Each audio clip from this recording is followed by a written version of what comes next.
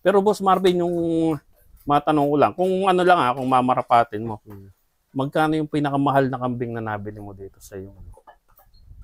Kay ano lang, kay Sir Rikitan, isa pa naman yan. Sa Bless. Magkano ang ano mo? Kala ko mamamatay na eh. Ay, di, kasi pag bloated, talagang seryoso din yan eh. Yo, what's up mga tol? Kamusta? So, yan mga tol, no? Back to vlogging na naman, yung anak ng inay. At andito nga tayo ulit ngayon sa Kalatagan. Kayo naman, di na kayo nasanay dyan. Mayabang niya. So, dito tayo ngayon sa Pandak na Duhat, Sambungan, Kalatagan, Batangas. At syempre, isang breeder na naman yung nakasama natin ngayong araw na to. So, sir, pakilala ka, sir. Nga pala si Marvin De Leon ng Sambungan, Pandak na Duhat. Yun. So, yan. Si Sir Marvin. So, bagong tropa natin to. Boss, kailangan nagsimula ng mag-alaga ng kambing. Ito lang, mga 2 years pa lang kambing ako eh. 2 years pa lang. Oo. So, yan mga tol, 2 years pa lang. And kung makikita nyo, ang ganda ng bahay ng kambing niya, mga tol, oh. Solid na solid. Pero mamaya yan mga tol, kilalanin pa natin mayigit itong si Boss Marvin. So, kwentuhan muna tayo. Tara, boss, dito tayo. Ang kagandahan nito kay Boss Marvin, mga tol, tingnan nyo naman. Kinayin na nagad tayo ng... Pwes mo naman! Baka hindi na tayo makapag-video niya. So, yan, Boss Marvin, nasabi mo 2 years ago. 2 years ago ka nagsimula, no? Ano yung sa'yo? Bakit mo naisipang magkambing? Pandemic din yun, no? Walang trabaho. Tapos, isa pa nga bagong graduate. Walang matrabaho. Nag-a-apply, hindi natanggap sa trabaho. Yan. Tapos, bumili ako ng isang kambing. Yun, nabili na akong mag-alaga. Yung manak, nabili ako. Hanggang sa bumili ako nung bumili. Yung una. Mura muna, hindi muna yung mga, yung kaya lang muna. Yan. Ano yung mga upgraded, mga native? O... Upgraded. Yan. Upgraded. Ano yun? Pero may idea ka na ba nun ng mga kambing or what? Pag nagtatanong, nagugulat nga ako sa mga presyuhan. Pagkakamahal ng kambing. Oo. Kasi kumbaga dati yung mga native lang no. Medyo mababa pa yung yung presyo. So nag-start ka upgraded. Ano yun? May traditional or anong mga traditional? Traditional ng mo. So ilang piraso yung pinagsimulan mo nun? Mga 2 lang yan. 2? Ano yung pares or ano? Hindi, nadayo din ako ng stud. 2 babae ang binili mo? Okay. Tapos pinastad mo na lang sa Tapos pag nga nadayo ako, nakikita ko yung magagandang kambing. Nainganyo kayo. Nainganyo na ako. Tinanong ko mo magkano kaya. Yan, hanggang sa bumili na rin ako ng mga... Ng full blood. Nag-full blood ka na. Ayos. Ayos. So, yung mga materialis mo ngayon, saan mo nakuha? Sa mga farm na rin? Or, sa mga tropa, sa mga... Magkakambing din dyan sa sa karitunan yan. Sa karitunan. So, yan mga tol, nagsimula lang siya sa 2 piraso. Tapos yun, pinapastad mo na lang. Pag-aanak, benta or keep. Tapos, minsan, pag nakapagbenta ko, magandang presyo, bibili ko ng maganda rin. Maganda. Kambing ulit. Okay. Pero yung mga binibili mo, babae talaga? Oo, babae. Hindi ka bibili ng back talaga. Hindi kaya, yung magaganda talaga. Hindi kaya. Oo. Kasi nga din, dito naman sa Kalatagan, mga tol, madaming stud service. So, pwede talagang... Kahit saan, na dyan. Tropa dyan. Kambingan. Pero, boss, nung nagsisimula ka sa pagkakambing, may idea ka na ba kung paano talaga yung mga pagtuturok, mga vitamins na binibigay, Wala pa. mga feeds, mga gano'n? Nung una nakuha ko nung magtuturok. Nung una, ay babayaran. Nalalakihan din. Ilang hits yung tinuturokan. Hindi pinanood ko, yun.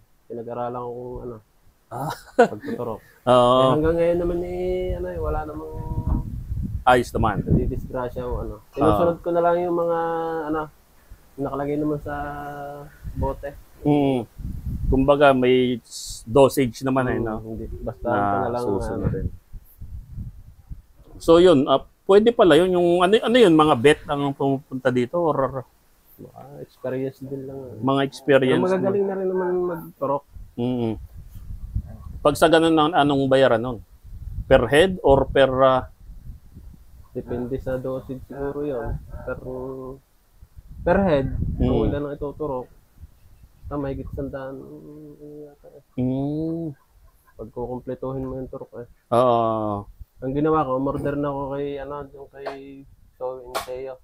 Okay, boss, iyan. Kay boss iyan yung tayo Kompleto na, may guide pa. Pagtuturok, ayun. Grabe pala.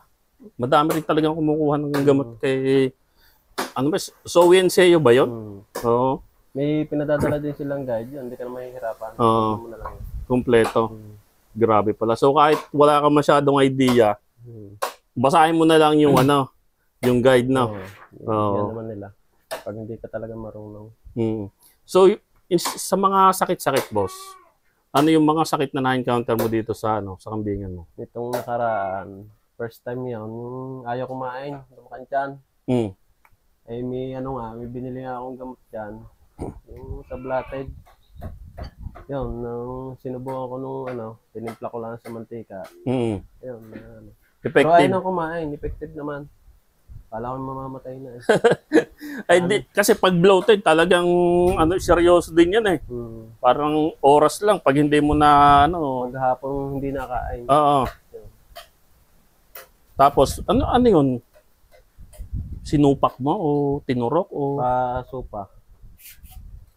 Guide din yun sa nihahalo lang sa mantika. Ihahalo lang sa mantika. Tapos ilang oras umepective yun? Tanghali ko tapos gabi pa medyo nakain-kain na. Nag-okay na. Kasi yung iba parang tinutusok Ay, pag yung pinasisingaw na hindi ko nakapagano ka hindi naman ako sanay pa Yun na lang muna first aid. At least yon nakuha mortality, meron kang mortality dito na wala. Kita niyo mga tol, wala siyang mortality sa kambing dito. Baguhan pa lang si Boss Marvin 2 years sa pagkakambing. Pero yun nga, madami na rin siyang may guide from So, mga vitamins. Sa mga binila ng vitamins, may guide naman siyang sinusunod. At yun lang, at effective naman. So yun nga, bloated. Yung pagtatay, meron kang dyan. Meron din. Yung gamot na pa-spray lang din. Hindi ako nag-ano sa turok Pa-spray lang din sa bibig. Galing din kay boss Hindi. Sa ibang... gamot lang sa mga biik yun Anong Eclopera ba yan? Hindi naman. Hindi. So, ayun pala Pa-spray lang sa bibig. Pa-spray lang. Ayos pala. So yun mga tol, madami mamaya iikot tayo dito sa kambingan ni Boss Marvin. Pero Boss Marvin, yung matanong ko lang, kung kung mamarapatin mo, magkano yung pinakamahal na kambing na nabili mo dito sa iyo? Kay kay Sir Rikitan, isa pa naman yan. Sa Bless.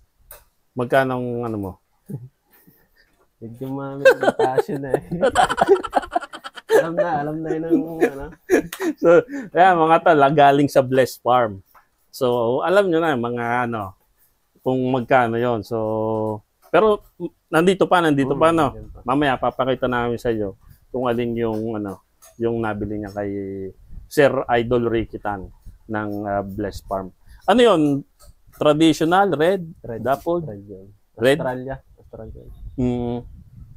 Pero yung mga kambing mo dito, ano ba to? Red lahat or may traditional din. Ang iba kuha ko sa mga tropa, mga mga Islander na rin siguro, mga full blood na rin. Traditional. Hindi, may red din. So kumbaga dito, halo-halo yung mo. Pero kulay. Pag parang gusto ko ipuruhin na lang na red. Red. Yun. Kasi nga mga tol, madami ang Sabi nga ni Sir Rikitan, yung red, maganda. Kasi ang presyo niyan, Yung stable ba sa market? Parang hindi pa tinalaos ang kulay, ano. Oo. Laging binibili. Talagang mabenta talaga. So, balak mo mag-out ng mga ano? So, pag basta masambot ang mga kapital, siyempre, hindi pa rin agad-agad eh. Saka na i-out ang mga traditional. Tama. Boss, nakita ko, ganda ng bahay ng kambing mo eh. Itong, sinong gumawa? Pinagawa mo ba to or ano?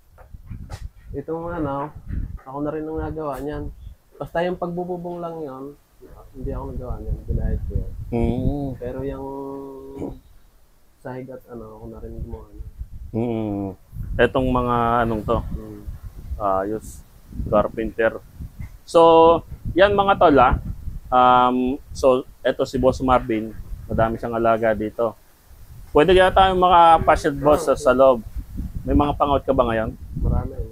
Yun mga tol Maraming pang-out si Boss Marvin. So, titingnan natin yung mga pang-out natin. Kasi, malay nyo, may matipuan kayo dito. Ay, talaga namang ano. So, tara, tingnan natin.